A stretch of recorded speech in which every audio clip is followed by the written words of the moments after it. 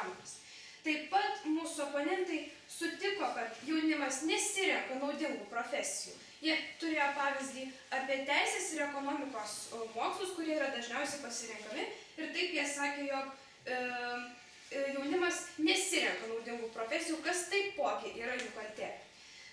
Taip pat jie pritarė, jog, tiksliau, per kryžminę apklausą mūsų oponentai sakė, jog universitetuose nėra praktikos. Nors mūsų komanda teigia, jog universitetuose ta praktika yra teikiama. O dabar aš norėčiau prieiti prie susikirtimo taškų. Taigi pirmasis susikirtimo taškas yra, ar motyvuotas yra jaunimas. Mes teigiame, kad tikrai ne. Visų pirmiausiai dėl to, kad jie CV rašo. Tačiau tas dalykas, mechaniškas rašymas, tiesiog užrašyti bet ką, tai nėra motyvacija. Žmogaus motyvacija parodo tai, ką jis parašo, o ne tai, kad jis išvis kažką parašo. Dėl to, kad jie nesugeba parašyti net paprasčiausios informacijos apie save, klastoja informaciją ir nesistengia parodyti darbdaviams, kad jie yra motyvuoti, kad jie sugebės dirbti. Dėl to tai yra tik jų problema. Tęsiant, aš norėčiau prieiti prie antro mūsų susikirtimo taško. Tai kas kaltas dėl jaunimo neracionalaus profesijų pasirinkimo? Aišku, kad kaltas pats jaunimas, nes mūsų oponentai per kryžminę apklausą pripažino, jog kas daro lemiamą pasirinkimą. Jie pripažino, kad lemiamas ir pats svarbiausias pasirinkimas yra padaromas būtent jauno žmogaus. Ir tik jaunas žmogus gali nulemti, ką jis pasirinks, kokia profesija bus jam tinkama ir su kokiais galės rasti darbą. Tačiau jeigu jis renkasi neteisingai, tai tik jo paties problema. Ir trečiasis susikirtimo taškas buvo apie švietimo sistemą ir ar švietimo sistema klaidina ar ne. Švietimo sistema neklaidina. Jos yra tokia funkcija, kad ji padėtų ir paruoštų žmonės, jaunus žmonės darbo rinkai. Ir mes kalbėjome apie profesinį orientavimą, kuris yra tikrai labai vertinamas ir daugelį pasaulio šalių profesinis orientavimas yra labai svarbus. Ir jis vykdomas nuo pat pradinių klasių, kaip pavyzdžiui yra Japonijoje. Profesinis orientavimas ten vyksta nuo pat mažų klasių. Taigi, švietimo sistema tikrai nėra kalta dėl to, kad jaunimas nesugeba pasirinkti, ko jis nori.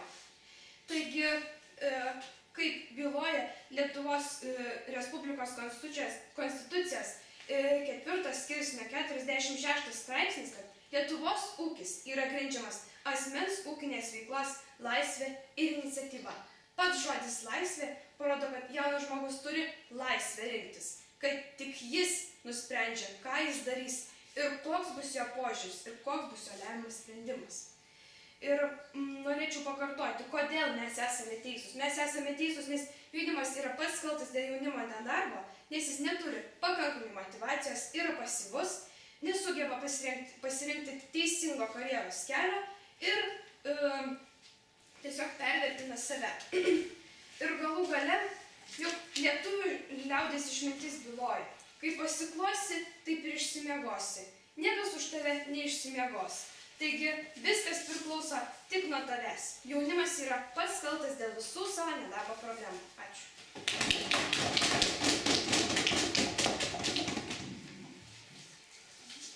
Ir jūs turite... Taip, visą laiką pasaulyje. Jums yra likę 3 minutės.